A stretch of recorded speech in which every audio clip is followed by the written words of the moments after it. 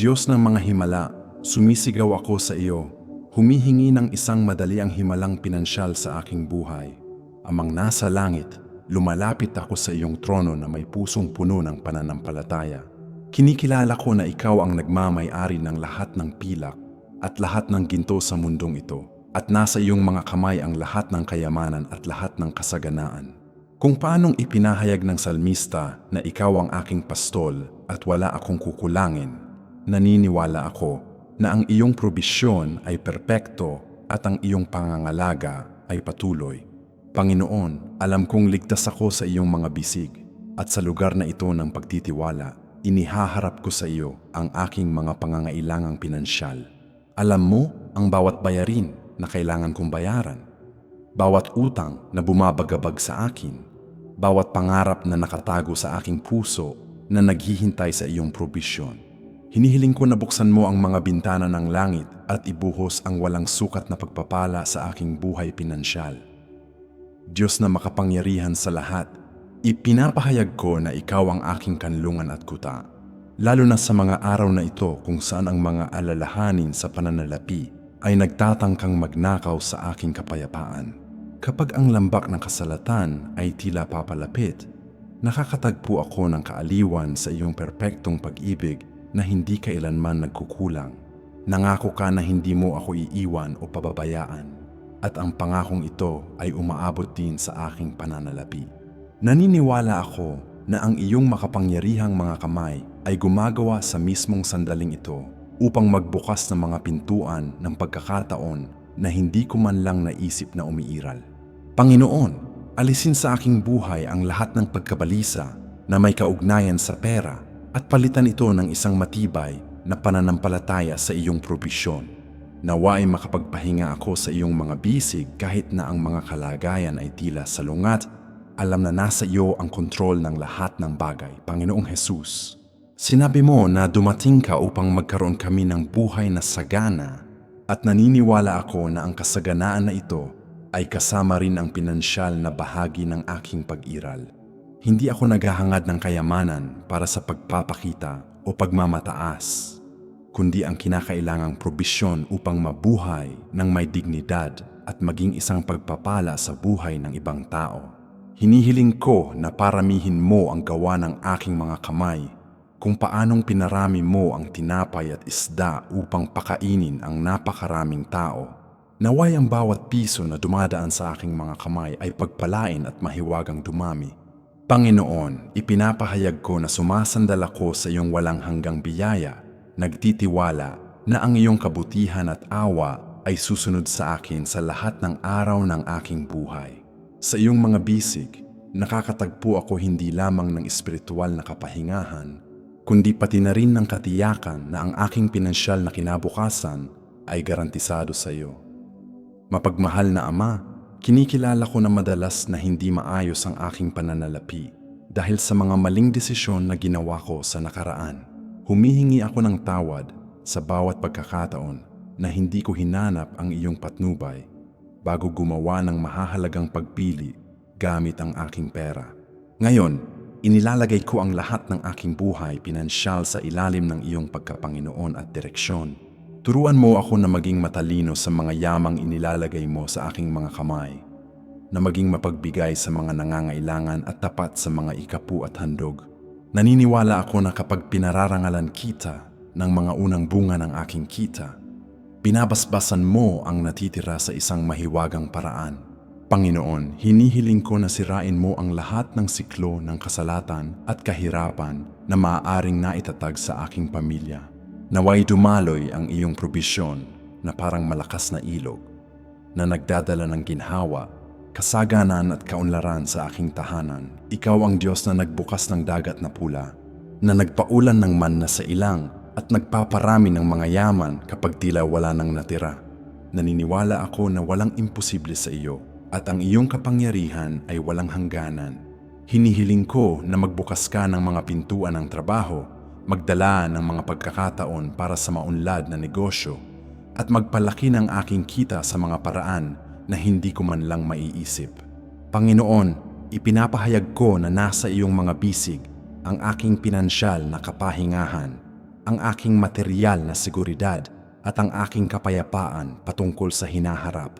Alisin mo sa akin ang lahat ng alalahanin tungkol sa bukas at punuin ang aking puso ng matibay na pananampalataya sa iyong probisyon. Naway makatulog ako ng payapa. Alam na mas mabuti mo akong inaalagaan kaysa sa kaya kong pangalagaan ang sarili ko.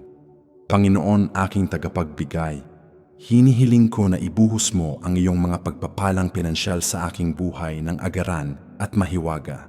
Alam mo ang mga kagyat na bagay na bumabagabag sa akin sa sandaling ito. Ang mga bayarin na kailangan ng bayaran, ang mga pangangailangan na hindi ko na maaaring ipagpaliban. Naniniwala ako na ang iyong paghipo ay ang pinakamalinis at ang iyong pag-ibig ay ang pinakaligtas sa buong sansinukob. At sa pag-ibig na ito, natatagpuan ko ang katiyakan na hindi mo ako hahayaang maghirap. Hinihiling ko na magbangon ka ng mga tao na maaaring maging instrumento ng iyong probisyon sa aking buhay. Magbukas ka ng mga daanan kung saan tila walang labasan at magparami ka ng mga yamang mayroon na ako. Panginoon, ipinapahayag ko na ang aking pagtitiwala ay wala sa mga bangko, sa mga pamumuhunan o sa ekonomiya ng bansa, kundi tanging sa iyo na siyang nagmamay-ari ng lahat ng bagay. Amang nasa langit, hinihiling ko na bigyan mo ako ng karunungan upang mahusay na mapamahalaan ang lahat ng inilalagay mo sa aking mga kamay. Naway malaman ko ang pagkakaiba sa pagitan ng pangangailangan at kagustuhan, sa pagitan ng pag-iingat at kasakiman. Turuan mo ako na mamuhunan sa kaharian ng langit sa pamamagitan ng pagiging mapagbigay. Ngunit pati na rin ang pangalagaan ng mabuti ang aking pamilya at ang aking mga responsibilidad sa lupa. Panginoon, naniniwala ako na kapag sumasandal ako sa iyong biyaya, ang lahat ng bahagi ng aking buhay ay naibabalik, kasama na ang pinansyal. Hinihiling ko na sirain mo ang lahat ng minanang sumpa ng kahirapan at kasalatan na maaaring gumagana sa aking lahi. Naway mula sa panalangin ito, isang bagong kwento ng kaunlaran at kasaganaan ang magsimulang isulat sa aking buhay at sa buhay ng aking mga supling. Diyos na makapangyarihan sa lahat, ipinapahayag ko na ikaw ang aking kuta, ang nagmamahal sa akin ng walang pasubali at nagbibigay ng patuloy na probisyon. Kung paanong ang isang amang makalupa ay hindi magkakait ng tinapay sa kanyang mga anak, naniniwala ako na hindi mo ipagkakait ang kinakailangang suporta sa mga nagmamahal at naglilingkod sa iyo. Hinihiling ko na ibuhos mo sa akin ang espiritu ng kaunlaran. Bigyan mo ako ng mga malikhaing ideya upang makalikha ng kita. Pagpalain mo ang aking mga proyekto at mga negosyo. Panginoon, naway ang bawat hakbang na gagawin ko ay gabayan mo. Ang bawat desisyon sa pananalapi ay gawin sa ilalim ng iyong patnubay. Sa iyong mga bisig, nakakatagpo ako hindi lamang ng espiritual na kaaliwan, kundi pati na rin ng katiyakan na hindi kailanman magkukulang ang kinakailangan para sa aking ikabubuhay at sa aking pamilya. Panginoong Jesus, nangako ka na ang mga naghahanap muna sa kaharian ng Diyos at sa kanyang katuwiran ay idadagdag sa kanila ang lahat ng iba pang bagay. Ipinapahayag ko na ang aking prioridad ay maglingkod sa iyo at paluguran ka. Ngunit hinihiling ko na huwag mo hayaang pigilan ako ng kakulangan sa pinansyal upang mabuhay ng may dignidad at maging isang pagpapala sa iba. Naniniwala ako na ang iyong pag-ibig sa akin ay napakalaki na nag-aalala ka maging sa pinakamaliit na pangangailangan ng aking material na buhay. Hinihiling ko na paramihin mo ang aking kakayahang kumita. Magbukas ka ng mga pintuan sa matataas na lugar. Ikonekta mo ako sa mga tamang tao na maaring maging instrumento ng iyong pagpapala. Panginoon, ipinapahayag ko na ang lambak ng kasalatan ay walang kapangyarihan sa aking buhay dahil ikaw ang nagbabantay at nagpoprotekta sa akin mula sa lahat ng kasamaan. Mapagmahal na Ama, hinihiling ko na ibuhos mo ang iyong pagpapahid ng kaunlaran sa lahat ng bagay na lalagyan ng aking mga kamay. Naway maging mabunga ang aking trabaho, ang aking mga pamumuhunan ay dumami, ang aking mga ipon ay lumaki sa isang mahiwagang paraan. Panginoon, naniniwala ako na nasa iyong mga bisig ang aking ligtas na lugar ang aking kalasag laban sa lahat ng kahirapan sa pananalapi. Hinihiling ko na palayain mo ako sa lahat ng utang na bumabagabag sa akin. Bigyan mo ako ng mga mahiwagang estratehiya upang mabayaran ang lahat ng utang ko. Naway maranasan ko ang kagalakan ng pamumuhay ng walang bigat ng mga alalahanin sa pananalapi sa aking mga balikat. Ipinapahayag ko na sumasandal ako sa iyong walang hanggang biyaya. Nagtitiwala na ang iyong probisyon ay darating sa tamang oras at sa tamang paraan. Diyos ng kasaganaan, hinihiling ko na buksan mo ang aking mga mata upang makita ang mga pagkakataon na inilalagay mo sa aking daraanan. Madalas na abot kamay ko ang probisyon, ngunit hindi ko ito napapansin dahil sa pagkabalisa at kawalan ng pag-asa. Panginoon, bigyan mo ako ng pag-unawa upang makilala ang iyong kamay na gumagawa pabor sa akin. Tapang upang samantalahin ang mga pagkakataon na nagpapakita at karunungan upang hindi mag-aksaya ng anumang pagpapala. Naniniwala ako na ang iyong paghipo ay may kakayahang baguhin ang anumang sitwasyon ng kasalatan sa kasaganaan, anumang kahirapan sa pagkakataon. Sa iyong mga bisig, nakakatagpo ako hindi lamang ng kapahingahan para sa aking kaluluwa, kundi pati na rin ng katahimikan ng pag-iisip na ang aking pinansyal na kinabukasan ay ligtas sa iyong makapangyarihang mga kamay, makapangyarihang Diyos. Ang laging naroroon. Hinihiling ko na sumaiyo ako sa bawat negosasyon, sa bawat panayam sa trabaho, sa bawat desisyon sa pananalapi na kailangan kong gawin. Naway ang iyong presensya ay mauna sa akin na naghahanda ng daan. Ang iyong pagpapahid ay magbukas ng mga pintuan na walang sino mang tao ang makapagsasara. Naniniwala ako na kapag dumaan ako sa lambak ng mga kahirapan sa pananalapi, sumasaiyo ako kasama ang iyong tungkod at iyong pamalo upang aliwin at gabayan ako. Panginoon, hinihiling ko na mahiwaga mong paramihin ang lahat ng aking itatanim, na palakihin mo ng pambihira ang bawat pamumuhunan na gagawin ko ng may pananampalataya. Naway ang aking buhay ay maging isang buhay na patotoo ng iyong katapatan at probisyon para sa lahat ng nasa paligid ko. Amang nasa langit, ipinapahayag ko na ikaw ang pinakaligtas na pag-ibig sa mundo. Ang isa na lubos kong mapagkakatiwalaan ng aking buhay at aking kinabukasan. Hinihiling ko na ibuhos mo sa akin ang isang ulan ng mga pagpapalang pinansyal na hihigit pa sa lahat ng maaari kong hilingin o isipin.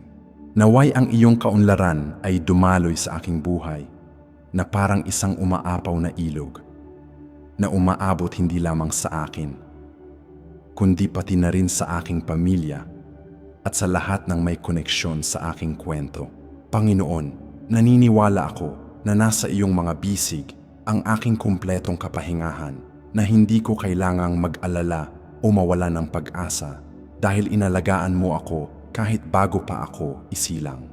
Hinihiling ko na gamitin mo ako bilang isang daluyan ng mga pagpapala para sa ibang mga tao na dumadaan din sa mga kahirapan sa pananalapi. Diyos na makapangyarihan sa lahat, hinihiling ko na sirain mo ang lahat ng kuta ng kahirapan na maaaring naitatag sa aking isip at sa aking puso. Naway baguhin mo ang aking mentalidad ng kasalatan sa mentalidad ng kasaganaan. Turuan mo ako na mag-isip bilang isang anak ng hari ng mga hari. Panginoon, ipinapahayag ko na sumasandal akong muli sa iyong mga kamay, nagtitiwala na meron kang mga plano ng kapayapaan at hindi ng kasamaan para sa aking buhay. Mga plano na kasama ang kaunlaran at hindi kasalatan. Hinihiling ko na bigyan mo ako ng pabor sa harap ng mga autoridad, mga bangko, mga tagapag-empleyo, at lahat ng maaaring maging instrumento ng iyong probisyon.